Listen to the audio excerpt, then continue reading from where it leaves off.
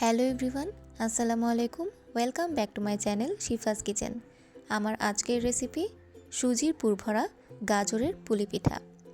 এই পিঠাটা একবার খেলে সারা জীবন মুখে লেগে থাকবে, এতই মজার পিঠা। তাহলে চলুন চলে যাওয়া যাক মূল প্রস্তুত প্রণালীতে। প্রথমেই পুর তৈরির জন্য একটি প্যানে দিয়ে দিব ঘি 1 চা চামচ। এরপর ঘিয়ের মধ্যে দিয়ে দিব তেজপাতা একটি, এরপর দিব দারচিনি 1 টুকরা, দিয়ে দিব তারপর ছোট এলাচ 2টি। এরপর এগুলো হালকা নেড়েচেড়ে এর মধ্যে অ্যাড করে দিব সুজি 1/2 কাপ।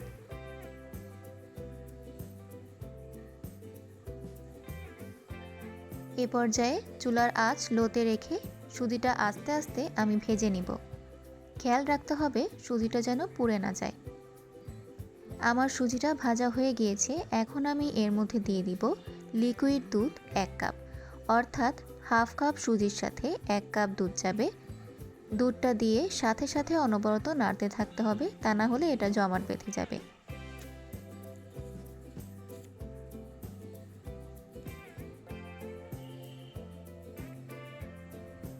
এ পর্যায়ে আমি এর মধ্যে অ্যাড করব চিনি 1/2 কাপ, অর্থাৎ যতটুকু সুজি নিয়েছি তার সমপরিমাণ চিনি।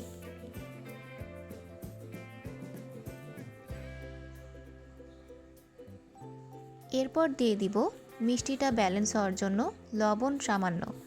লবণটা দিয়ে এটা ভালো করে আমি নেড়েচেড়ে নিব।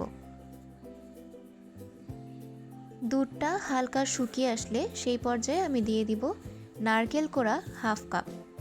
নারকেল দিয়ে নেড়েচেড়ে ভালো করে মিশিয়ে নিব।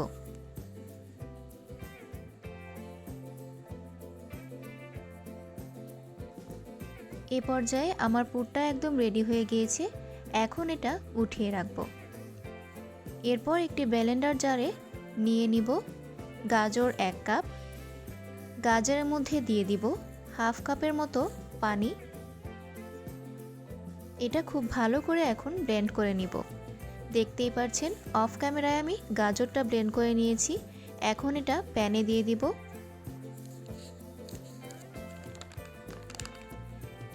গাজর ব্লেন্ড করার সময় আমি 1/2 কাপ পানি দিয়েছিলাম। এখন আরও 1/2 কাপ পানি এর মধ্যে অ্যাড করব। মোট 1 কাপ পানি এখানে ইউজ করেছি আমি। এখন এর মধ্যে লবণ দিয়ে দিব স্বাদ মতো। তারপর এটা ভালো করে নেড়েচেড়ে নিতে হবে। এ পর্যায়ে এর মধ্যে দিয়ে দিব চালের গুঁড়া 1/2 কাপ।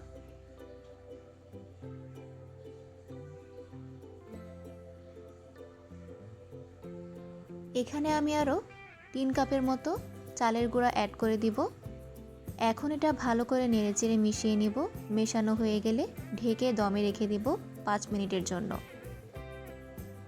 ফিরে আসলাম 5 মিনিট পর।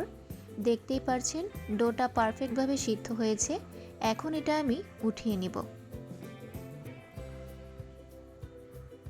এ পর্যায়ে ময়ানটা হালকা গরম অবস্থায় ভালো করে মেখে নিতে হবে।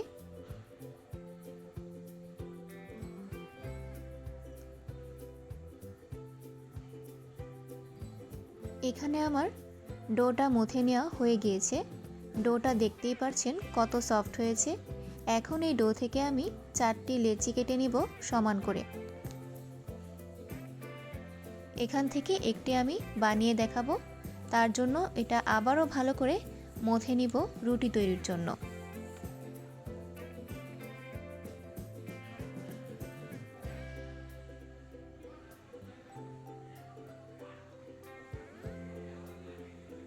এটা থেকে আমি বড় একটা রুটি বানিয়ে নিব। দেখতেই পাচ্ছেন রুটিটা বেশি পাতলাও হবে না, বেশি মোটাও হবে না।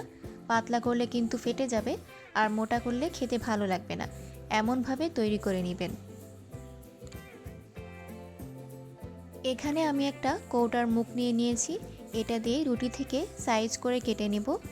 এখন রুটির বাকি অংশগুলো আমি উঠিয়ে নিব। তারপর চলে যাব পিঠা তৈরি করতে। এর মধ্যে আমি এখন আগে থেকে বানিয়ে রাখা পুর দিয়ে দিব। পুরটা হাত দিয়ে চেপে একটু ঠিক করে দিব। যাতে পুর বের না হয়ে যায়। তারপর হাতের সাহায্যে আস্তে আস্তে চেপে ভালো করে মুখ বন্ধ করে দিব।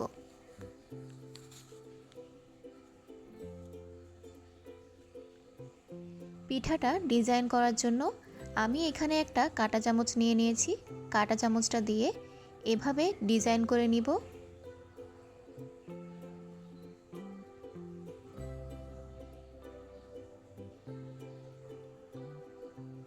তারপর চামচের ব্যাক সাইড দিয়ে ডিজাইনের উপর থেকে আরেকটু ডিজাইন করে নিব, যেভাবে দেখতে পাচ্ছেন সেভাবে। এতে দেখতে আরও সুন্দর লাগবে। আপনারা যে কোনো পছন্দের ডিজাইন করে কিন্তু এই পিঠাটা তৈরি করতে পারেন।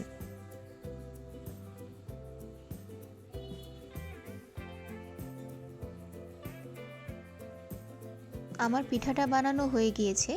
এভাবে করে আমি সবগুলো পিঠা বানিয়ে নিব। আমি অফ ক্যামেরায় রাইস কুকার স্টিমারটা ভাপে দিয়ে রেখেছিলাম। এখন এর উপরে আমি হালকা তেল ব্রাশ করে নিব, যাতে পিঠাগুলো উঠানোর সময় ইজিভাবে উঠে আসে। এখানে আমি সবগুলো পিঠা বানিয়ে নিয়েছি। এখন এগুলো এক এক করে ভাপে দিয়ে দিব।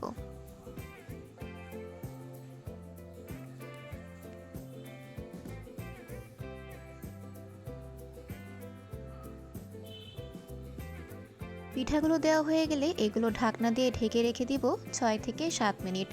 তারপর ঢাকনার মুখটা আমি একটু ডো দিয়ে বন্ধ করে দিব, যাতে এদিক দিয়ে ভাপ বের হতে না পারে। দেখতেই পাচ্ছেন এ পর্যায়ে আমার পিঠাগুলো কিন্তু একদম কমপ্লিট হয়ে গিয়েছে। এখন আমি পিঠাগুলো উঠিয়ে নিব। আপনারা এই শীতে একবার হলেও গাজর দিয়ে পিঠাটা ট্রাই করে দেখবেন, খেতে কিন্তু অনেক মজা হয়।